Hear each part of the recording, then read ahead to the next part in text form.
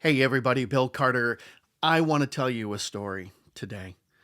This past weekend, we had the wonderful opportunity to perform a lodge reconsecration for American Union Lodge number one. Now, this lodge is the oldest lodge in Ohio. It was actually chartered in 1776, before we were even a state. We were still a territory at that time.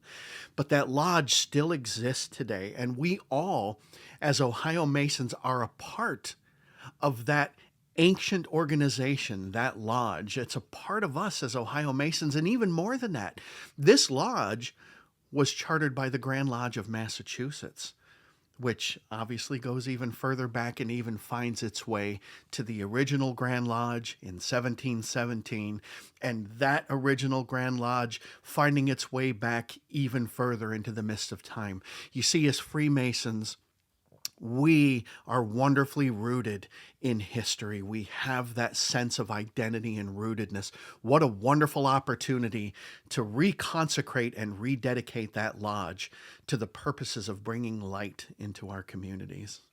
Now, we were very lucky yesterday because one of our brothers, Right Worshipful Brother Dan Hrinko, and the others of American Union Lodge made sure that their history was on full display. We had original documents. It was absolutely incredible to have that touch to our past.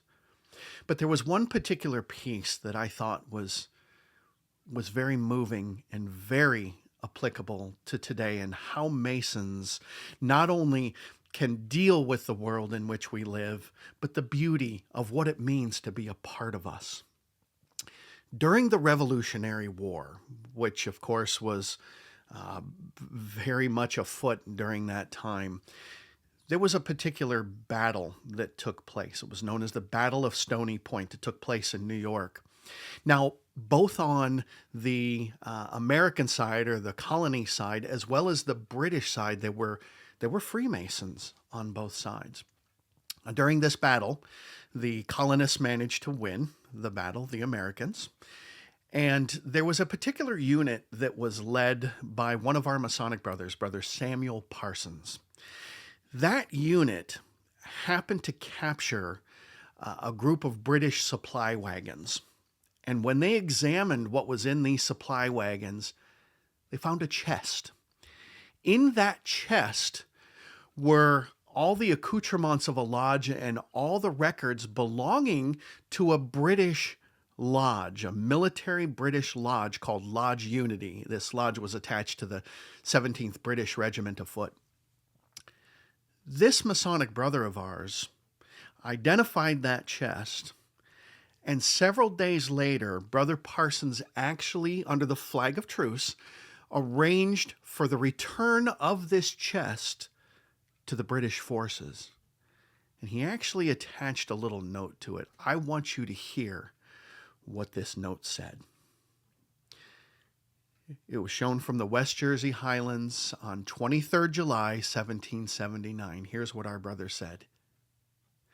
Brethren, when the ambitions of monarchs or the jarring interests of contending states call forth their subjects to war, as Masons, we are disarmed of that resentment which stimulates to undistinguished desolation.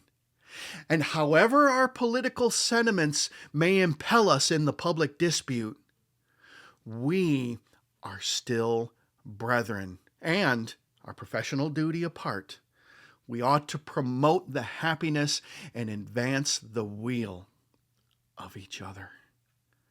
Accept, therefore, at the hands of a brother, the Constitution of the Lodge Unity number 18, held in the 17th British Regiment, which your late misfortunes have put into my power to restore to you. I am your brother and obedient servant, Samuel H. Parsons. So beautiful. The times that we live in these United States are certainly trying ones. There are certainly arguments that are taking place, oftentimes not even in the spirit of debate, but in the spirit of loud monologue, trying to find a way to convince those on the other side of the correctness of the argument. But we as Masons, this is our connection to history. This is our connection to the sacred flame that burns in the heart of every Freemason, that regardless the contentions of states or monarchs or political opinions, we are brothers. We are above that division which would seek to isolate us. We promote the happiness and the goodness of each other. My brothers, what a valuable lesson. And to those who may not be members of this fraternity, this is just one small part of what distinguishes an individual when they hear that calling to become something bigger. And when they seek a place that is a place of growth, that is a place of peace, that is a place of understanding, and that is a place of making the world a better world to live in. That's what it means to be a Freemason. My brothers, what a day yesterday, getting to re-encounter that truth that lies at the heart of this ancient and honorable order.